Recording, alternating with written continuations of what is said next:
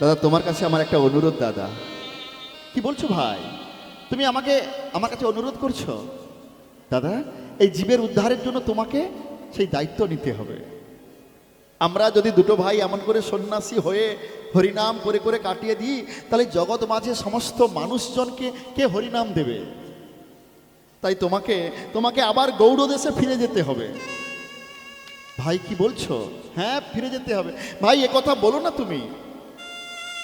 আমি তো সংকল্প করেছি সারাটা জীবন ধরে দুটো ভাই এমন করে একসঙ্গে সন্ন্যাসী হয়ে জগতে জগতে হরিনাম বিলাতে বিলাতে আমরা জীবনটা কাটিয়ে দেব। না না দাদা, এটা করলে চলবে না। আমরা যদি এমন করে হরিনাম বিতরণ করি, তাহলে জগতের মানুষ জানবে ভগবানকে ডাকতে হলে, ভগবানকে সেবা করতে গেলে বুঝি আমাদের সন্ন্যাসী হতে হয়। আমাদের সন্ন্যাসী হতে হয়, এটা জগতের মানুষ জানবে। দাদা, তোমাকে আবার ফিরে যেতে হবে, তোমাকে হরিনাম প্রচার করতে হবে। শুধু তাই নয়, তোমাকে আবার সংসার করতে হবে। কি বলছো? না ভাই, আমি তোমার সঙ্গ কোনোদিন ত্যাগ করব না। আমি সব সময় তোমার সঙ্গেই থাকবো। তুমি আমাকে এমন করে শাস্তি দিও না। তোমাকে ছাড়া আমি কেমন করে থাকবো ভাই, তুমি বলতে পারো? ভক্তমণ্ডলী মায়েরা, ত্রেতা যুগে এই দুটো ভাইকে ছিল রাম আর লক্ষণ। রাম কি শুধু ভাই ছিল, দাদা ছিল? না না না। যখন পিতা চলে গেলেন,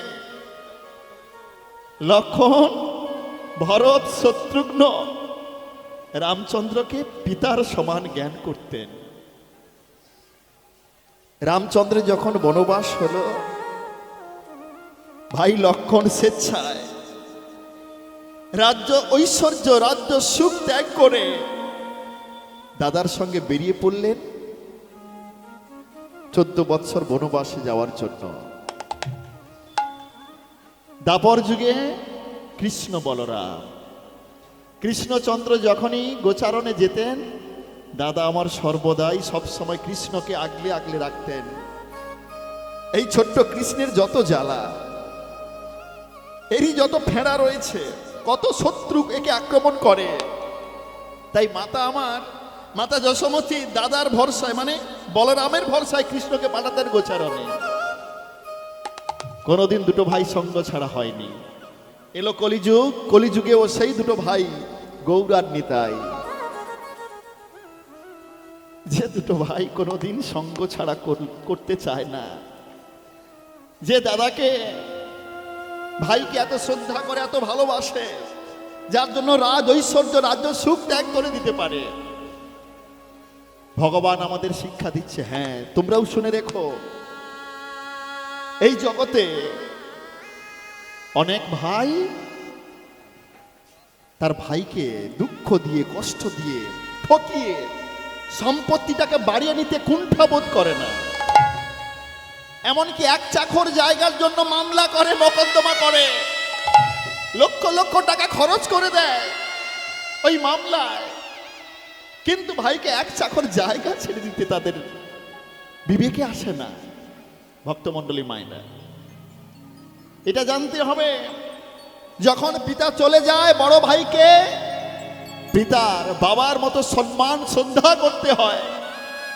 এটা আমাদের ভারতীয় সংস্কৃতি, আমাদের সনাতন ধর্মে এই শিক্ষা আমাদের দেয়। না না না, ভাইকে খুন করতে আমাদের সনাতন ধর্মে এই শিক্ষা দেয় না। ওই সম্পত্তির জন্য, অর্থের জন্য ভাইকে মারতে আমাদের এই সংস্কৃতি শেখায় না। শেখায় কি? ভাইয়ের মতো মিত্র এই পৃথিবীতে পাওয়া যায় না গো। তাই তো আমার নিত্যানন্দ প্রভু বলছে, না না ভাই, আমি তোমাকে ছেড়ে যেতে পারি না, আমি তোমাকে ছেড়ে যেতে পারি না, যাব না। আমি জানি তুমি যখন রাধা প্রেমে ডুবে থাকো, তুমি যখন ভগবানের নাম প্রেমে ডুবে থাকো, তখন তুমি খিদা ভুলে যাও, তৃষ্ণা ভুলে যাও।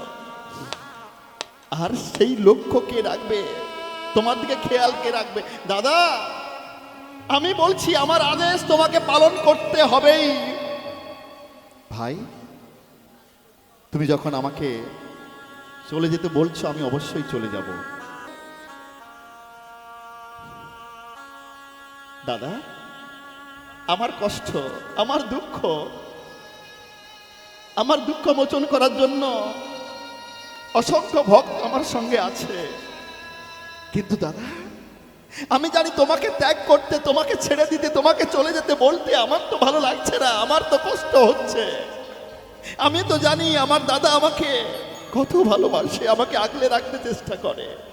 কিন্তু কিন্তু দাদা, আজকে তুমি যদি এই কাজ না করো, এই জগতে অসংখ্য ভাই, অসংখ্য দাদা, অসংখ্য মা, অসংখ্য বাবা, তারা যে দুঃখে নিমজ্জিত হয়ে কাঁদছে, তাদের কান্না মোচন করতে হবে, তাদের দুঃখ দূরীভূত করতে হবে, তাদের সমস্ত কষ্ট থেকে, যন্ত্রণা থেকে মুক্তি দিতে হবে।